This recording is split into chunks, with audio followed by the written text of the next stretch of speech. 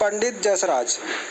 मेवाती घराने के शास्त्रीय गायक पंडित जसराज का जन्म 28 जनवरी 1930 को हरियाणा के हिसार में हुआ था। पंडित जसराज मेवाती घराने से संबंध रखते थे, शास्त्रीय गायक थे। इनका जन्म 28 जनवरी 1930 को हरियाणा के हिसार में हुआ था।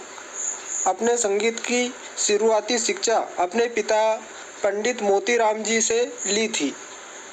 इन्होंने जो शुरुआती शिक्षा संगीत की अपने पिता जी मोतीराम जी से ली थी। अपने गायन के जरिए अध्यात्म से जोड़ने की कला की वजह से पंडित जसराज को रसराज भी कहा जाता है। संगीत के क्षेत्र में पंडित जसराज को रसराज भी कहा जाता है। आपको 1975 में पद्मश्री, 1990 में पद्म भूषण, 2000 में पद्म विभूषण से नवाजा गया। उनसे बातचीत के कुछ अंश। पंडित जी अपने बचपन के बारे में बताएं। अपने माँ, पिताजी और अन्य परिवार वालों के विषय में बताएं। प्यारे बच्चों, हम साक्षात्कार विधा के अंतर्गत पंडित जसराज का पाठ पढ़ रहे हैं। इनकी मृत्यु 17 अगस्त 2020 को अमेरिका के न्यू जर्सी में हुई थी। प्रसिद्ध शास्त्रीय गायक थे। अंतर्राष्ट्रीय खगोलीय संघ ने 11 नवंबर 2006 को खोजे गए हीन ग्रह 2006 VP32 को पंडित जसराज के सम्मान में पंडित जसराज नाम दिया है। हिंदुस्तानी शास्त्रीय संगीत के प्रमुख गायक थे। पंडित जसराज ने भारत, कनाडा, अमेरिका में संगीत सिखाया है। लता मंगेशकर पुरस्कार, मारवाड़ संगीत रत्न पुरस्कार भी इनको प्राप्त हुए हैं संगीत के क्षेत्र में। आपके पिताजी का निधन जल्दी हो गया था, क्या कुछ याद आता है उनके बारे में? जय हो। मेरे पिताजी का नाम पंडित मोतीराम जी और माताजी का नाम कृष्णाबाई था। आपने सही कहा, जब मैं 4 साल का ही था तब मेरे पिताजी का निधन हो गया, पर उस छोटी सी उम्र में ही मैं उनसे गाना सीखना शुरू कर चुका था और फिर वो शिक्षा जारी रही। तो पंडित जसराज जी के पिताजी का नाम मोतीराम जी और माता जी का नाम कृष्णाबाई था। 4 साल के थे तब उनके पिताजी का निधन हो चुका था। पंडित जी, हम में से हर इंसान ने बचपन में शैतानियाँ जरूर की होती हैं। आपकी कौन सी शैतानी है जो ताउम्र याद रहेगी? ताउम्र मतलब पूरी उम्र। बात आप सही कह रहे हैं, शैतानी तो ज़्यादातर लोग करते हैं, लेकिन मुझे शैतानी करने का तो समय ही नहीं मिला। जब शैतानी करने की उम्र हुई तब तक पिताजी हमें छोड़कर जा चुके थे। ऐसे में लगा कि मुझे घर के लिए कुछ करना है। 7 साल की उम्र में तो मैंने अपने मझले भाई के साथ स्टेज पर तबला बजाना शुरू कर दिया था। पंडित जसराज जी ने 7 साल की उम्र में तबला बजाना शुरू कर दिया था। पंडित प्रताप नारायण जी ने मुझे तबला बजाना सिखा दिया था। जिस उम्र में बच्चे शैतानी करते हैं, उस उम्र में मैं अपने घर के कामकाज में लग गया था और वो घर के कामकाज करते थे। अपनी शिक्षा के बारे में बताएं। मेरी एक ही शिक्षा है, संगीत की। जैसा मैंने कहा, मैं घर के कामकाज में जुट गया था। मेरी पढ़ाई लिखाई वहीं ख़त्म हो गई। आपकी संगीत शिक्षा की शुरुआत कैसे हुई? उनसे पूछा गया कि आपकी संगीत की शुरुआत कैसे हुई, तो उन्होंने उत्तर दिया, मैंने बचपन में ही पिताजी से सीखना शुरू कर दिया था। जब वो नहीं रहे तब भी मैंने अपनी साधना जारी रखी। साधना मतलब कठोर अभ्यास। बाद में जब मैं करीब 15 वर्ष का था तब मेरी संगीत की शिक्षा मेरे बड़े भाई पंडित मणिराम जी के साथ शुरू हुई। इनके बड़े भाई का नाम पंडित मणिराम जी था। आपको स्टेज पर पहला कार्यक्रम कब और कैसे मिला? मेरा गाने का पहला कार्यक्रम 1952 में काठमांडू नेपाल में हुआ। दरअसल रेडियो पर मैं गाया करता था। मेरा गाना सुनकर वहाँ से बुलावा आया। वहाँ के राजा त्रिभुवन विक्रम थे। मेरा पहला कार्यक्रम उनके सामने हुआ था। मुझे याद है उन्होंने मुझे 5000 मोहर का इनाम दिया था। 5000 स्वर्ण मुद्राएं राजा त्रिभुवन विक्रम ने उनके पहले कार्यक्रम पर इनाम के तौर पर दी थी पंडित जसराज जी को।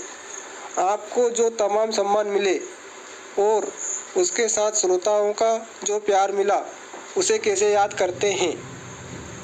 जो सम्मान मिले उन्हें सम्मान से याद करता हूँ और जो श्रोताओं का प्यार मिलता है उसको भी बहुत सम्मान से याद करता हूँ। भगवान को लाख लाख शुक्र आना भेजता हूँ। शुक्र आना मतलब धन्यवाद भेजता हूँ। तो प्यारे बच्चों, आज हमने पाठ 7 पंडित जसराज जो कि साक्षात्कार विधा है पाठ को पढ़ा और पंडित जसराज जी के बारे में जाना। कार्यपत्रक 1 है अपना श्रुत लेख। शिक्षक द्वारा बोले गए शब्दों को लिखिए। तो सुनकर लिखना है। यहाँ पर शिक्षक जो भी शब्द बोलेंगे उन शब्दों को आपको इन रिक्त स्थानों में लिखना है। कार्यपत्रक 2 है अपना निम्नलिखित वाक्यों में रेखांकित शब्दों का उपयुक्त पर्यायवाची शब्द विकल्पों में से चुनकर लिखिए। जो रेखांकित शब्द हैं उनके पर्यायवाची शब्द आपको जो 4 विकल्प दिए गए हैं उनमें से चुनकर लिखना है या राइट का निशान लगाना है। तो पहला है अचानक चारों ओर आग प्रज्वलित हो गई। तो आग जो शब्द है वह रेखांकित शब्द है। रेखांकित शब्द उसे कहते हैं जिस शब्द के नीचे रेखा खींची गई हो। तो आग के नीचे रेखा खींची गई है इसलिए वह रेखांकित शब्द है और उसका हमें पर्यायवाची शब्द चुनकर लिखना है। तो इसमें आग का पर्यायवाची शब्द अग्नि होगा। दूसरा है उसके नेत्र में छोटा सा तिनका चला गया। तो नेत्र रेखांकित शब्द है, इसका सही उत्तर होगा नेत्र का पर्यायवाची शब्द नयन। तीसरा है अपना उसका मन आनंद से भर गया। तो आनंद का पर्यायवाची शब्द उल्लास होता है। अगला है अपना हमें ईश्वर का धन्यवाद करना चाहिए। तो ईश्वर का पर्यायवाची शब्द परमात्मा होता है। पांचवा है वह नदी के किनारे घूम रहा था। तो किनारे का पर्यायवाची शब्द तीर।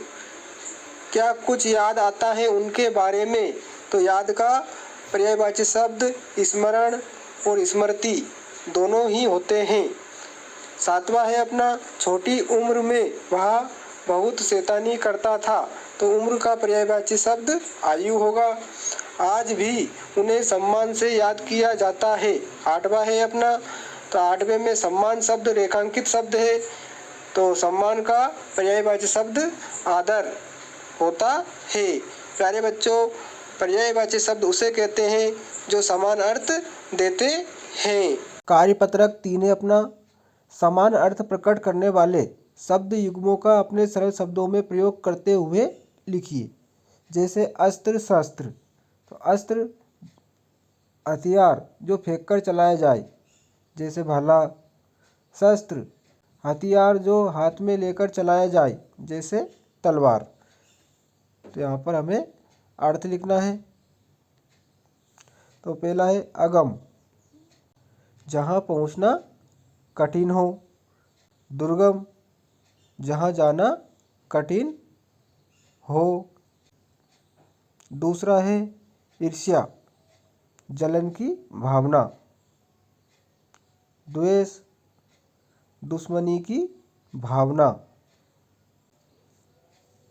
कार्य जो काम किया जाता है। कर्तव्य जिसको करना अनिवार्य हो। आज्ञा किसी को आज्ञा देना या लेना। अनुमति किसी से अनुमति लेना। अभिमान गर्व की भावना। अहंकार,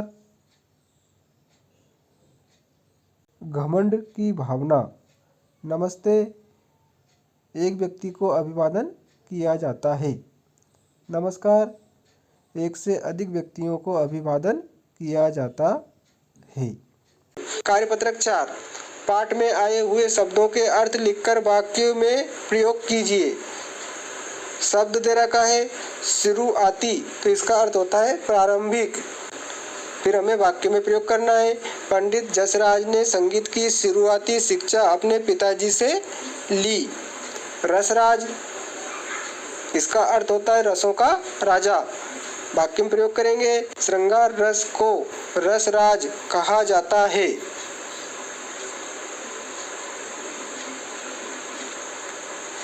रसराज कहा जाता है।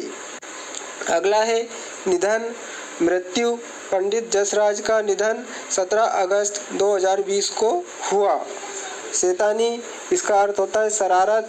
बच्चे बचपन में शैतानी करते हैं। ताउम्र, इसका अर्थ होता है पूरे जीवन काल में। बच्चों की शैतानी ताउम्र याद रहती है। अगला शब्द है कामकाज, अर्थ होता है इसका काम धंधा। हमें कामकाज ईमानदारी से करना चाहिए। अगला है साधना, इसका अर्थ होता है अभ्यास करना। कठिन साधना से हर कार्य सफल होता है। अगला है मोहर, स्वर्ण मुद्रा, इसका अर्थ होता है पंडित जसराज को 5000 मोहर का इनाम मिला था।